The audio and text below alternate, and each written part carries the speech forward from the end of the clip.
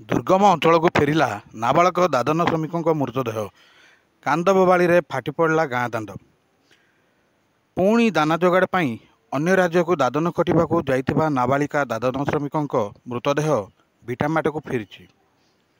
Koksara block Ampani ପଞ୍ଚାୟତରେ ସାହାଜଖୋଲ ଜଙ୍ଗଲ ମଧ୍ୟରେ ଥିବା ଦୁର୍ଗମ କୁଟୁରା ଗାଁରେ ସ୍ୱର୍ଗତ ବାଳଚନ୍ଦ ମାଝୀଙ୍କ ନାବାଳକ ପୁଅ ଡମ୍ବରୁ ମାଝୀ 17 ବର୍ଷ ବାପା ମାଙ୍କ ମୃତ୍ୟୁ ପରେ ସାନ କାକା ସଦନ ମାଝୀଙ୍କ ଘରେ ନିଜ ସାନ ଭାଇ ସହ ରହୁଥିଲେ। ତେବେ ସାନ କାକାଙ୍କ ଆର୍ଥିକ ଅନାଟନ ଯୋଗୁଁ କିଛି ସାଥୀ ଶ୍ରମିକଙ୍କ ଦାଦନ ଖଟିବାକୁ ଯାଇଥିଲେ। ପଣ୍ଡିଚେରୀର ଏକ ଠିକା ସଂସ୍ଥାରେ ନିୟୋଜିତ ରହିଥିଲେ।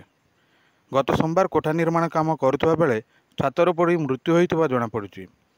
ଠିକା ସଂସ୍ଥା ପକ୍ଷରୁ ଆମ୍ବୁଲାନ୍ସ ଯୋଗେ ମୃତକଙ୍କ ଶବକୁ ଭିଟାମାଟିକୁ ପଠାଇଥିଲେ। ଆଜି ଶବ ଗାଁରେ ପହଞ୍ଚିବା ପରେ କାନ୍ଦବୋବାଳିରେ ଗାଁ ଦାଣ୍ଡ ଫାଟି ପଡ଼ିଛି। ଧର୍ମଖଣ୍ଡ ଉପଖଣ୍ଡରୁ ଲକ୍ଷ୍ମୀକାନ୍ତ ଧଙ୍ଗଡ଼ା ମାଝୀଙ୍କ ରିପୋର୍ଟ, ONI ନ୍ୟୁଜ୍।